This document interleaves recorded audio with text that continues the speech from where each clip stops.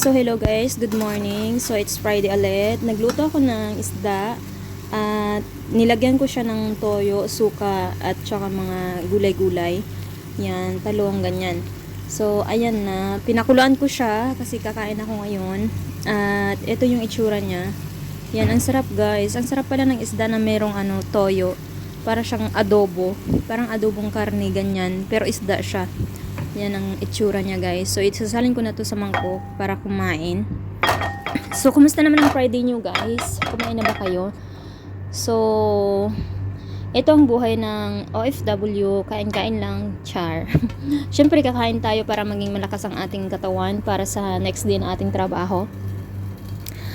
Thank you guys sa panunood palagi. Sana supportahan nyo ako sa munting kong channel.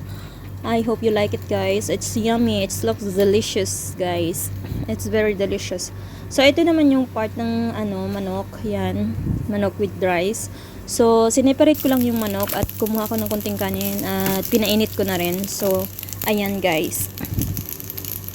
Hinalo-halo ko lang siya ng konti para mag-mix yung init niya. Ayan. So, pumasok na rin ako sa loob at magtitimpla ako ng tea.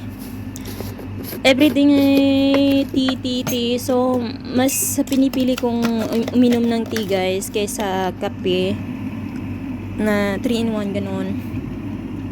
So, ayan, nilagyan ko lang siya ng 1.5 teaspoon na sugar kasi sobrang laki ng tasa ko guys. At yan, nilagay ko na yung tea. Ayan.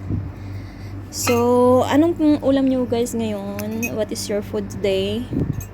Sana okay lang ang inyong Friday. At kakain tayo guys. Ayan. Medyo madilim yung ilaw dito sa room ko. Ayan. Ganyan guys. Halo-halo na muna para mahalo yung sugar. Ayan. So, thank you for watching guys.